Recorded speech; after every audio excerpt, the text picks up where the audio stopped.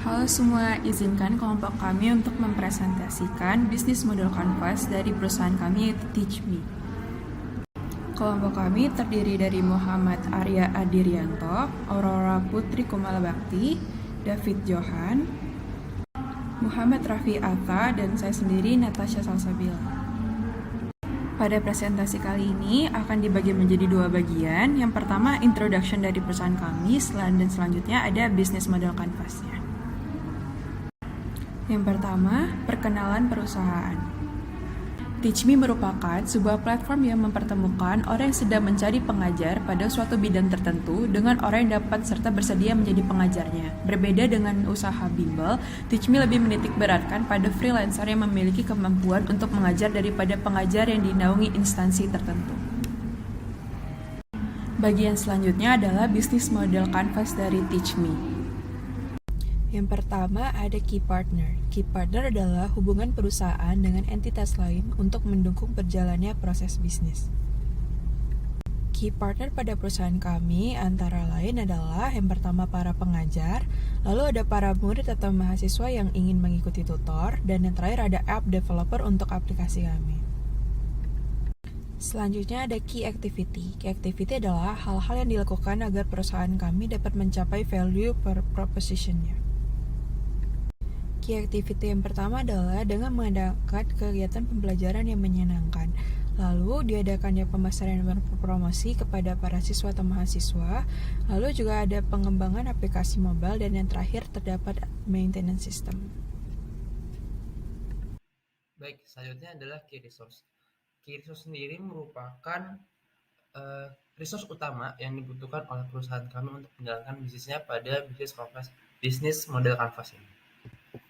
Terdapat 4 resource utama, yaitu perusahaan kami memiliki berbasis website dan aplikasi yang reliable, di mana pengguna dapat menggunakan kapan saja, di mana saja, dan di mana saja. Lalu kedua, perusahaan kami memiliki tenaga pengajar yang berkompeten pada bidangnya masing-masing, baik untuk mahasiswa maupun pelajar. Lalu yang ketiga, materi-materi yang akan disajikan oleh perusahaan kami, materi yang cukup lengkap dan tentunya terupdate. Dan untuk latihan soalnya sendiri, kami memberikan latihan soal agar pengguna dapat lebih menangkap apa yang dipelajari, tentunya dengan soal-soal relevan terhadap materi tersebut. Oke, selanjutnya value proposition. Nah, value proposition ini sendiri merupakan hal apa atau benefit apa yang dapat diberikan perusahaan kami terhadap customer. Nah, menurut kami terdapat 3 value yang dapat kami berikan kepada customer, yaitu pertama kami ingin memberikan solusi belajar bagi mahasiswa dan pelajar yang memang membutuhkan pembelajaran ekstra di luar kegiatan seharusnya dengan cara yang mudah dipahami, cepat, murah, dan fleksibel. Yang kedua, kami ingin menjadi platform yang untuk mempertemukan antara pelajar dan pengajar itu sendiri. Dan yang ketiga, tentunya kami ingin membuka lapangan pekerjaan kepada pengajar, di mana pengajar-pengajar yang ada di tempat kami merupakan mitra dari kami dan tidak terikat seperti bimbel-bimbel institusi pada umumnya. Bagian selanjutnya yaitu tentang customer relationship. Kami menetapkan beberapa customer relationship, seperti yang pertama memberikan poin untuk pengajar, yang kedua memberikan diskon atau kode promo untuk pelanggan, yang ketiga menerima masukan dan ulasan dari pengajar maupun pelanggan, yang keempat kontrak kerjasama dengan pengajar. Bagian selanjutnya yaitu channels. Pada bisnis ini, kami memiliki beberapa channels, yaitu dengan iklan melalui YouTube, yang kedua melalui media sosial seperti Instagram, Facebook, Twitter, LinkedIn, Line, dan juga WhatsApp. Yang ketiga yaitu melalui aplikasi pencarian lowongan kerja, karena kami yakin dengan channels ini dapat membantu bisnis kami lebih berkembang dan dikenal oleh masyarakat. Assalamualaikum warahmatullahi wabarakatuh. Nama saya Muhammad Arya Dirianto.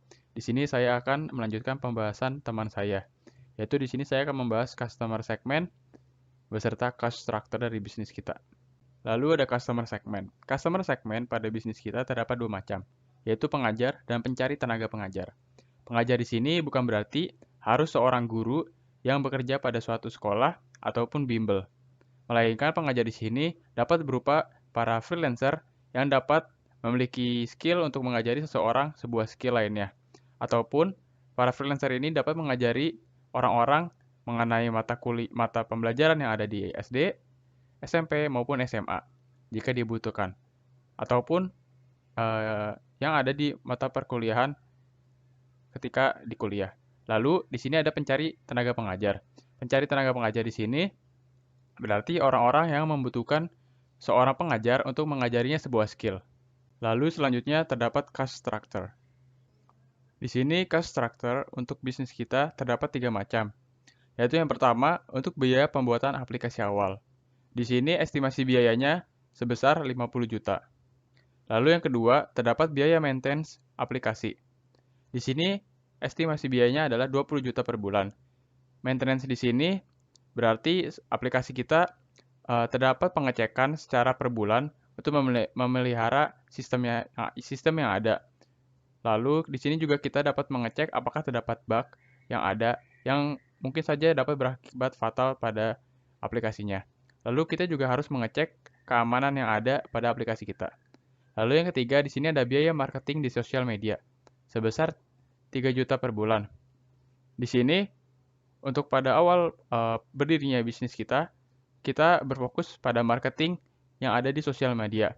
Hal ini disebabkan menurut kami sosial media sekarang sudah lebih masif untuk dijadikan tempat marketing oleh bisnis baru. Baik, terima kasih Arya atas pemaparannya. Perkenalkan, nama saya David. Di sini saya akan melanjutkan pemaparan mengenai bisnis model Canvas perusahaan TeachMe, yaitu pada bagian revenue stream. Baik, sebelumnya saya akan menjelaskan apa itu revenue stream. Pada dasarnya revenue stream adalah pemasukan yang dimiliki oleh perusahaan.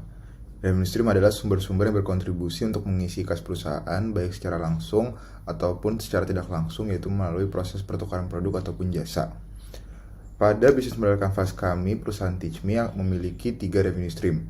Yang pertama adalah dari potongan pembayaran oleh pelanggan, di mana revenue stream ini akan didapatkan dari pemotongan dari hasil pembayaran oleh pelanggan kepada freelancer yang bergerak sebagai pengajar di sini. Di sini TeachMe akan mengambil beberapa persen dari pembayaran tersebut untuk dijadikan pemasukan perusahaan TeachMe. Yang kedua adalah iklan. TeachMe bisa memanfaatkan seluruh platform yang dimilikinya seperti situsnya ataupun aplikasi TeachMe, di mana di situ kita bisa memanfaatkan untuk menaruh iklan dari perusahaan lain dan bisa menjadikan pemasukan juga untuk perusahaan. Yang terakhir adalah pembayaran hasil kerjasama dengan instansi tertentu.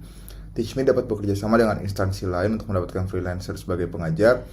Pada contohnya adalah mahasiswa mungkin dari universitas tertentu, di mana TeachMe bisa bekerjasama dan memperoleh pembayaran dari instansi tersebut karena telah bekerjasama dengan perusahaan TeachMe untuk mendapatkan pengajar ataupun pekerjaan bagi freelancer. Baiklah, sekian dari kelompok kami mengenai pemaparan perusahaan TeachMe. Mohon maaf apabila ada salah kata. Terima kasih semuanya.